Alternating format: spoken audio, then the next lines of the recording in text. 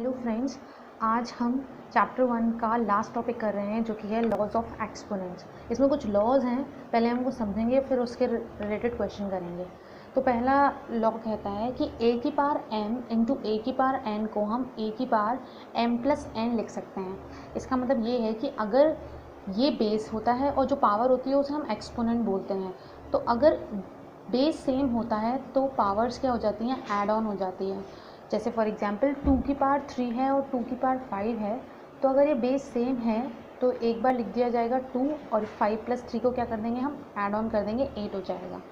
वैसे ही ए की power m upon ए की पावर n, मतलब अगर डिवाइड हो रहा होता है, अभी ऊपर मल्टीप्लाई हो रहा था, इसमें ये डिवाइड हो रहा है, तो हम क्या करेंगे कि ए की पावर m माइनस n कर देंगे। मतलब जैसे 2 की पावर 5 है और 2 की पावर 3 है, तो हम क्या करेंगे 2 की पावर 5 माइनस 3 विच इज़ 2 कर देंगे। और 2 को एक बार ही लिखा जाता है, ठीक है। यहाँ पर भी देखो एक बार ही लिखा गया है। फिर ए की पावर m की पावर n, मतलब तो ये क्या हो जाएगा, पार के ऊपर जब पार चढ़ती है तो वो प्रोडक्ट हो जाता है उन दोनों का। तो मतलब जो एक्सपोनेंट्स हैं, अगर एक्सपोनेंट्स के ऊपर एक्सपोनेंट है तो क्या हो जाएगा कि प्रोडक्ट हो जाएगा, तो ए की पावर mn हो जाएगा, तो ये मल्टीप्लाई हो जाएगा। जैसे 2 की पावर 4 की पावर 2, तो ये 4 2 जा 8 हो जाएगा, ठीक है। अब आगे देखते हैं। फोर्थ प्रॉपर्टी है ए की पावर m इंटू बी की पावर m, मतलब अगर बेस जो हैं वो अलग अलग हों लेकिन जो पावर्स हैं वो क्या हों, सेम हो। तो इस केस में हम क्या करेंगे कि जो ये बेस हैं उनको हम मल्टीप्लाई कर देंगे और जो पावर्स हैं उनको हम एक बार ही लिख देंगे।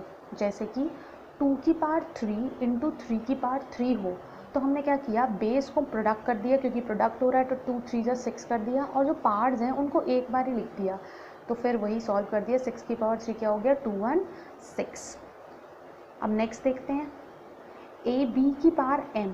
तो अगर प्रोडक्ट है और ऊपर एक ही पावर है तो वो डिस्ट्रीब्यूट हो सकती है, और क्योंकि दोनों बीच में मल्टीप्लाई है तो मल्टीप्लाई रहेगा वो।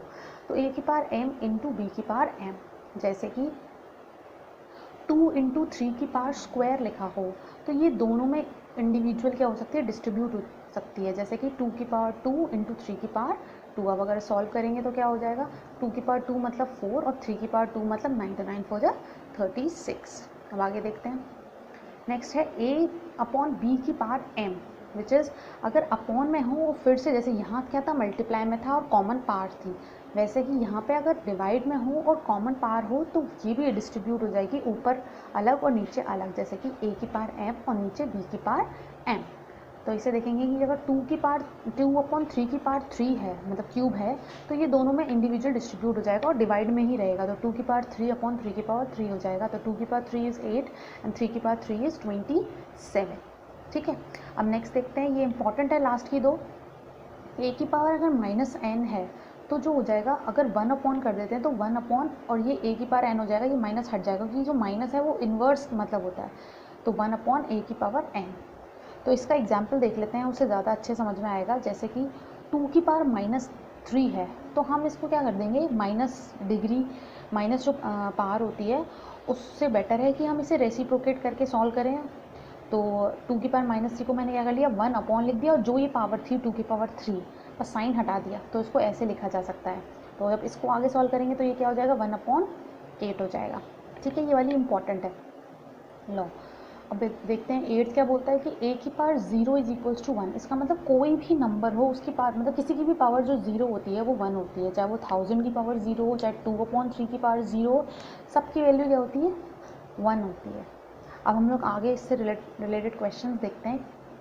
सबसे पहला क्वेश्चन है कि सिंप्लीफाई 3 की पावर 3/4 इंटू 3 की पावर 1/4। तो सबसे पहले यही वाला देख लेते हैं कि हमने ये लिखा, उसके बाद हमने ध्यान से देखा कि ये कौन सी प्रॉपर्टी है, ये वाली प्रॉपर्टी है कि दोनों का बेस सेम है और पावर्स डिफरेंट है।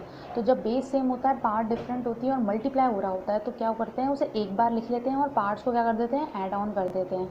तो अगर इसको ध्यान से देखें तो 3 की पावर 3/4 इंटू 3 की पावर 1/4, तो पहले तो एक बार लिख देंगे, उसके बाद 3/4 प्लस 1/4 कर देंगे। तो जब 3/4 1/4 करेंगे, क्योंकि ये फ्रैक्शन में है तो हमें क्या लेना पड़ेगा, एलसीएम। तो 4 और 4 का एलसीएम आ गया 4। अब 4 के टेबल में 4 कितनी बार आता है, 1 टाइम। 4 के टेबल में 4 कितनी बार आता है, 1 टाइम। तो ये हो गया 3 और इधर हो गया 1, तो 3 + 1 क्या हो गया, 4। तो 4 अपॉन 4 हो गया विच इज़ इक्वल टू 1। तो यहाँ पे आ गया 3 की power 1 which is 3। Second question देखते हैं।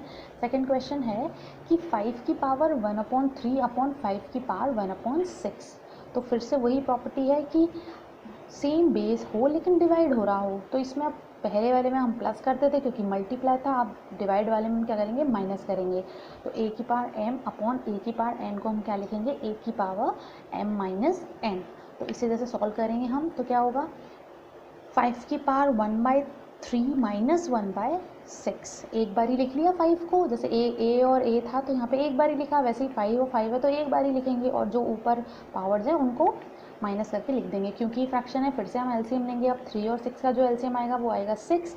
3 के टेबल में 6 कितनी टाइम आता है, 2 टाइम्स, तो ऊपर मल्टीप्लाई बाय 2 लिख दिया। 6 के टेबल में 6 कितनी बार आता है, 1 टाइम, तो 1 2 जा 2 और 1 1 जा 1। तो 5 की पावर 2 माइनस 1 इज़ 1 एंड 6, तो 5 की पावर 1/6 हो गया इसका आंसर। अब हम थर्ड क्वेश्चन देखते हैं। थर्ड क्वेश्चन क्या है कि 3 की पावर 2/3 इंटू 7 की पावर 2/3। तो हम ध्यान से देखेंगे तो यहाँ पे जो पार्ट्स हैं वो तो सेम है, जबकि बेस जो है वो क्या है, डिफरेंट। तो अगर मैं इसको a मान लूँ तो ये हो गया a की पावर m इसकी तरह, और ये हो गया b की पावर m। तो अब क्या करेंगे कि जो ये बेसेस होते हैं उनको तो प्रोडक्ट के फॉर्म में लिख देते हैं क्योंकि बीच में मल्टीप्लाई हो रहा है, और इन दोनों को क्या कर देंगे, एक बार लिख देंगे। तो वही हमने कर दिया कि 3 इंटू 7 करेंगे तो क्या आ जाएगा 21, और ये दो हैं उनको क्या कर देंगे, एक बार लिख देंगे। तो ये हो जाएगा 21/2/3, क्योंकि अब आगे सॉल्व नहीं हो सकता तो यही इसका आंसर हो जाएगा। ओके।